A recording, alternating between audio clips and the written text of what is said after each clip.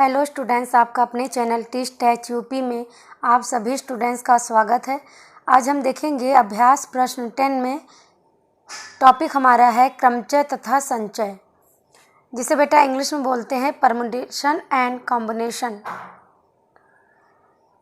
इस चैप्टर के अंतर्गत सबसे पहले बात आती है क्रम गुणित, इसको इंग्लिश में बोलते हैं फैक्टोरियल।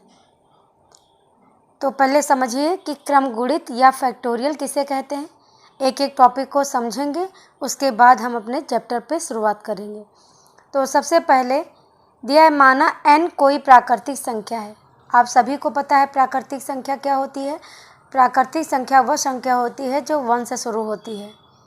ठीक है, 1 से शुरू का मतलब है 1 2 3 4 5, 1 से स्टार्ट हुआ तो आपका क्या हो गया, ये प्राकृतिक संख्या है। तो कह रहा है माना n कोई प्राकृतिक संख्या है, तब n तथा इससे पूर्व मतलब n से पहले की सभी प्राकृतिक संख्याओं के गुणनफल, जैसे ये देखिए 1 2 3 n-1 इंटू n को क्रम गुणित n या फैक्टोरियल n कहते हैं।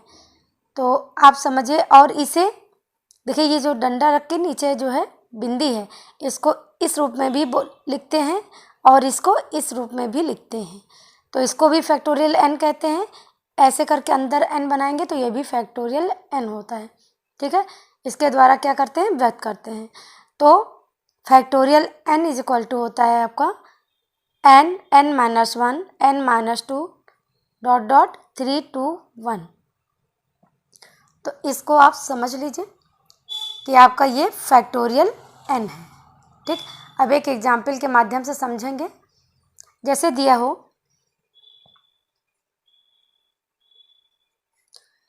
कहीं लिखा हो फैक्टोरियल 1, ठीक है, तो इसको मतलब हो गया 1। फैक्टोरियल 2 कहीं हो, इसका मतलब 2 1। देखिए 2 लेते हैं, उसके पहले वाली 1 लेते हैं, मल्टीप्लाई में इसको लिख लेते हैं। ठीक, इसके बाद अगर कहीं दिया हो फैक्टोरियल 3 तो ये हो गया 3, फिर उसके बाद 2 आता है, इसके बाद 1 आता है। ठीक है, कहीं फैक्टोरियल 4 लिखा हो तो हो जाएगा 4 इंटू 3 इंटू 2 इंटू 1। आप इसको मल्टीप्लाई भी कर सकते हो। देखिए रूट ये फैक्टोरियल 2, इसका मतलब 2 इंटू 1 2 हो गया। फैक्टोरियल 3 3 2 जा 6, ये 4 3 12 दूना 24। इस तरह इस फैक्टोरियल का मान निकालते हैं। कोई ज़रूरी नहीं है कि आप 2 से 1 करते, ये आपका सीरियल होता है, 1 2 भी कर सकते हो। लेकिन आपकी जो परिभाषा कह रही है कि कोई प्राकृतिक संख्या है तो उसके पूर्व सभी प्राकृतिक संख्याओं के गुणनफल। देखिए आपका 2 के पहले क्या आता है, 1 हो गया। 3 के पहले क्या आता है, 2 आता है, फिर 1 आता है। 4 के पहले क्या आता है, 3 आता है, 2 आता है, फिर 1 आता है। तो ये आपका क्या हो गया, क्रम गुणित, या इसको फैक्टोरियल बोलते हैं। ठीक है, अब चलिए अगली टॉपिक पे चलते हैं। तीसरा आपका टॉपिक का नाम है क्रमचय और समचय। तो सबसे पहले हम क्रमचय के बारे में पढ़ेंगे, उसके बाद संचय के बारे में पढ़ेंगे। तो देखिए बेटा, हमारा टॉपिक है क्रमचय, इसको इंग्लिश में बोलते हैं परमुटेशन। तो सबसे पहले क्रमचय का मतलब समझ लीजिए। क्रमचय का मतलब होता है, अगर इसका पाठ करते हैं तो क्रम प्लस चयन, मतलब कहते हैं क्रम से युक्त चयन। तो दी गई वस्तुओं में से कुछ अथवा सब वस्तुओं को चुनने के विभिन्न क्रमों को क्या कहते हैं, क्रमचय कहते हैं। इसको आप इस विधि से भी लिख सकते हो, यदि वस्तुओं के चयन में क्रम, इसको अथवा करके यहाँ लिख सकते हो। पहले परिभाषा को समझिए।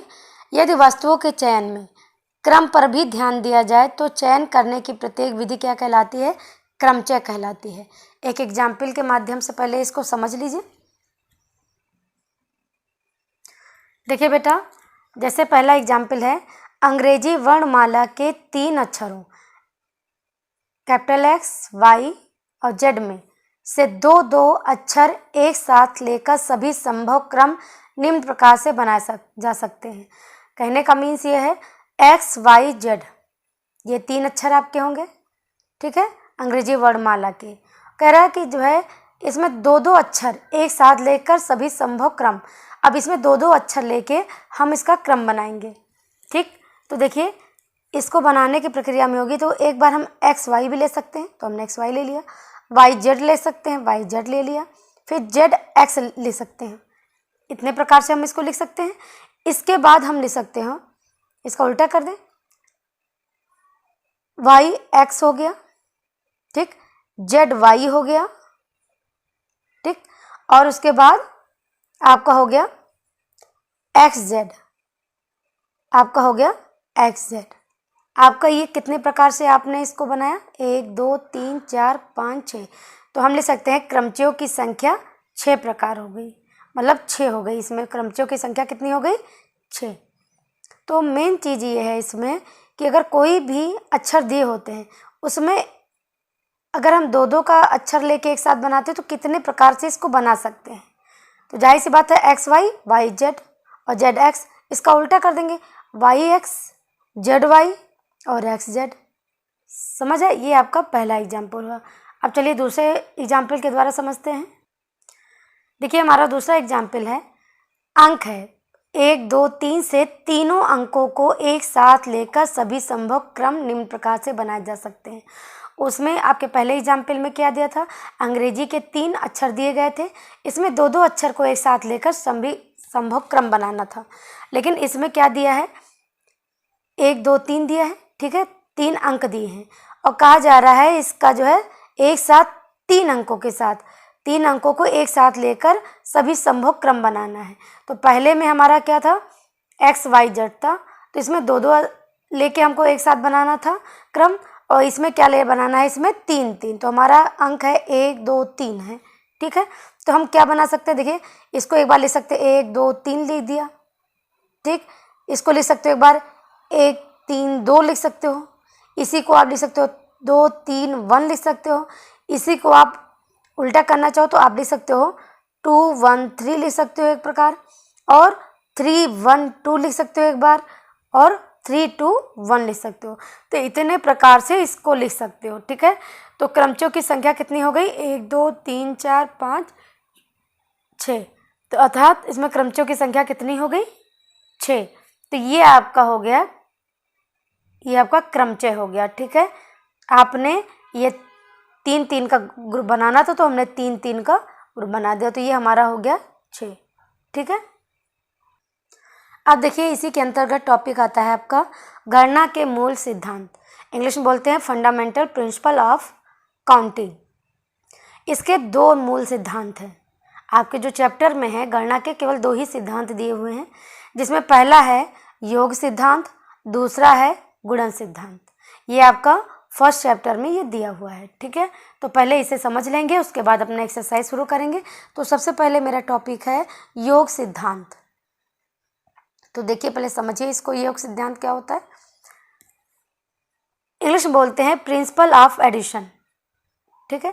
क्या होता है, माना एक कार्य, कोई कार्य ए है, एम विधियों द्वारा संपन्न किया जाता है। ध्यान समझिएगा, कोई कार्य ए है जिसे एम विधि द्वारा संपन्न होता है, दूसरा कार्य बी जो है एन विधियों द्वारा संपन्न होता है।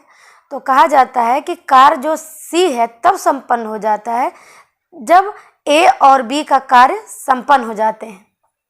समझ गए, जैसे माना एक कार्य ए है अगर एम विधि से संपन्न होता है, और यही बी कार्य जो है एन विधि संपन्न होता है। अगर सी कार्य है तब संपन्न होगा जब ए और बी कंप्लीट हो जाएंगे, उसके बाद आपका सी कार्य संपन्न होगा। तो आपका ये फार्मूला है, कार्य सी को संपन्न करने हेतु विधियों की संख्या बराबर, ये योग का सिद्धांत है। तो आपका क्या हो जाएगा, m प्लस एन, कहने का मतलब m विधि प्लस n विधि आपकी हो जाएगी, मतलब कार्य सी को संपन्न करने हेतु विधियों की संख्या कितनी हो जाएगी, m प्लस n होगी। अब इसी को एक एग्जाम्पल के माध्यम से समझते हैं। देखिए बेटा, एग्जाम्पल है आपका, एक कक्षा में 10 लड़के और 8 लड़कियां हैं। ध्यान से समझिएगा, एक कक्षा में 10 लड़के व 8 लड़कियां हैं। विद्यालय के किसी कार्यक्रम के लिए यदि किसी एक छात्र का चुनाव करना है तो, देखिए ये जो कक्षा में 10 लड़के और 8 लड़कियां हैं, इसमें से एक छात्र का चुनाव करना है। तो कैसे करेंगे? तो अगर 10 लड़कों में से अगर किसी एक लड़के का चयन कर सकते हैं, या तो 8 लड़कियों में से किसी एक लड़की का चुनाव किया जा सकता है। ठीक है, तो अगर हम 10 लड़कों में से एक लड़का चुनते हैं तो चुनने की विधि कितनी हो जाएगी? 10 लड़कियां 10 हो जाएगी। ठीक है, 8 लड़कियों में से अगर किसी एक लड़की को चुनना हो तो 8 विधि हो गई। तो इसी प्रकार से कह सकते हैं कि 10 लड़कों और 8 लड़कियों में से किसी एक छात्र का चयन करने की कुल विधि क्या हो जाएगी? आपको फॉर्मूला बताया m+n विधि हो जाएगी। तो m = आपका 10 दिया है और जो है n = 8 दिया है, तो आपका हो जाएगा 10, 8, 18 विधि। समझ गए? तो इसी तरह एक नोट में लिख लेंगे, यदि कोई क्रिया, यहाँ पे तो आपका जो है 2 दिया था कि एक कक्षा में 10 लड़के और 8 लड़कियां हैं। इसी तरह अगर मान लीजिए कोई कार्य दिया है, कोई विधि दी है MNP, ठीक है, दिया यदि कई क्रियाएं MNP आदि विभिन्न ढंगों से संपन्न होती हैं और ये परस्पर सह-अपवर्जक है, तो उनमें से किसी एक क्रिया करने के कुल प्रकार। कहने का मीन्स है पहले में जो है 10 लड़के 8 लड़कियां थी।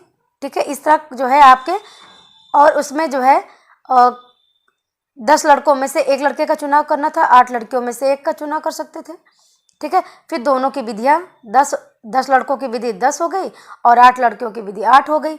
तो इसमें कहने का मीन्स है यदि कोई क्रियाएं, मतलब अगर MNP विधि विभिन्न ढंग से संपन्न होती है और उनमें से किसी एक क्रिया को करने के लिए कुल प्रकार क्या हो जाएगा? इन्हीं को ऐड कर लेंगे m+n+p। जैसे पहले में क्या था, m+n कर दिए थे, इसमें 3 है तो इसमें m+n+p हो जाएगा। तो ये आपका हो गया गणना का योग सिद्धांत। ठीक है, अब आप समझ गए होंगे। अब चलिए नेक्स्ट देखते हैं गणना का गुणन सिद्धांत। तो चलिए समझते हैं गुणन का सिद्धांत। इसका अगला सिद्धांत है गणना का गुणन सिद्धांत। इंग्लिश में बोलते हैं मल्टीप्लिकेशन प्रिंसिपल। इसको भी समझिए ध्यान से। यदि कोई एक क्रिया स्वतंत्रता पूर्वक m विभिन्न प्रकार से, मतलब कोई क्रिया है अगर स्वतंत्र रूप से m जो है विभिन्न प्रकार से और इसके पश्चात दूसरी क्रिया स्वतंत्रता पूर्वक n विभिन्न प्रकार से संपन्न की जा सकती है। कहने का मीन्स है कोई कार्य है स्वतंत्रता पूर्वक m विभिन्न प्रकार से किया जा रहा है और इसके पश्चात दूसरी जो क्रिया होगी स्वतंत्रता पूर्वक n विभिन्न प्रकार से संपन्न की जा सकती है। तो दोनों क्रियाओं को संपन्न करने के लिए विभिन्न प्रकारों की कुल संख्या, कहने का मतलब दोनों क्रियाओं को एक साथ संपन्न करने के लिए विभिन्न प्रकारों की कुल संख्या क्या हो जाएगी? जाहिर सी बात है m×n हो जाएगा, मतलब m×n हो जाएगा। इसको एक एग्जाम्पल के माध्यम से समझते हैं। जैसे आपका एक एग्जाम्पल है, एक विद्यालय में 2 प्रवेश द्वार हैं। ध्यान से समझिएगा, एक विद्यालय में 2 प्रवेश द्वार हैं, एक x1 है और दूसरा x2 है। ठीक, तथा 3 निकास द्वार हैं, मतलब बच्चों के निकलने के लिए विद्यालय में 3 निकलने का स्थान है, द्वार है, y1 है, y2, y3 है। जाने का तो प्रवेश द्वार है x1 x2 2 ही है, निकलने के आपके 3 है, y1 y2 y3 है। तो एक छात्र विद्यालय में किसी भी द्वार से, बात समझिएगा, अगर कोई छात्र है तो विद्यालय में किसी भी प्रवेश द्वार से, आपका प्रवेश द्वार चाहे x1 से भी अंदर जा सकता है, x2 से भी अंदर जा सकता है और जाने के बाद निकल सकता है, y1 से भी निकल सकता है, y2 से भी निकल सकता है, y3 से भी निकल सकता है। ठीक है, तो किसी भी प्रवेश द्वार से प्रवेश कर सकता है। वह प्रवेश करने के बाद वह किसी भी निकास से द्वार से निकल सकता है। इसको देखिए, एक हमने इसके माध्यम से समझाया है। देखिए, ये कोई छात्र है, ठीक है, ये प्रवेश कर रहा है x1 द्वार x2 द्वार, तो वो x1 से भी जा सकता है, वो x2 से भी जा सकता है। जब ये x1 से जाएगा तो आप निकल सकता है, y1 से भी निकल सकता है, y2 से भी निकल सकता है, y3 से भी निकल सकता है। अगर ये छात्र जो है x2 से जाता है, प्रवेश द्वार से अंदर जाता है, तो वो y1 से भी निकल सकता है, y2 से भी निकल सकता है, y3 से भी निकल सकता है। आपको पता है y1 y2 y3 क्या है? आपका जो है बाहर आने के लिए निकास द्वार है ये, और x2 x1 क्या है? आपका जाने का द्वार है। अगर ये दोनों द्वार से जाते हैं तो आप ये इस द्वार से जाएंगे तब भी आप इन तीनों द्वार में से किसी से निकलेंगे बाहर। अगर इस द्वार से अंदर जाते हैं तो इसमें से किसी द्वार से बाहर निकलेंगे। तो अब हमें निकालना है विभिन्न विधियाँ, कितने विधि द्वारा वो निकल सकता है। तो देखिए बेटा, इसको समझिएगा।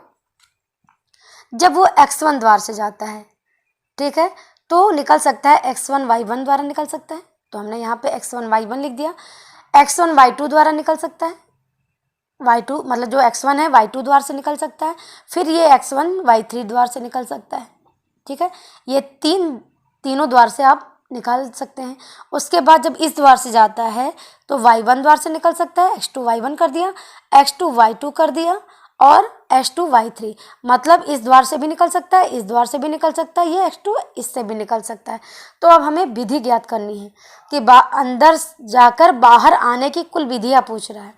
तो देखिए हमारी कुल विधि कितनी हो गई। अतः विद्यालय में अंदर जाकर बाहर आने की कुल विधियाँ पूछ रहा है, तो विधि गिनिए 1 2 3 4 5 6, तो कुल विधियाँ कितनी हो गई 6। आप ऐसे भी निकाल सकते हो कि आपको देखिए सीधे डायरेक्टली करना हो तो देखिए अंदर जाने का द्वार आपका 2 हो गया और बाहर निकलने का द्वार हो गया 3, तो 2 गुणे 3 करके इक्वल टू 6 कर सकते हो। समझ गए? तो चलिए, उम्मीद है आपको ये बेसिक कॉन्सेप्ट समझ में आया होगा। इसके बाद अगली वीडियो में हम चैप्टर की शुरुआत करेंगे।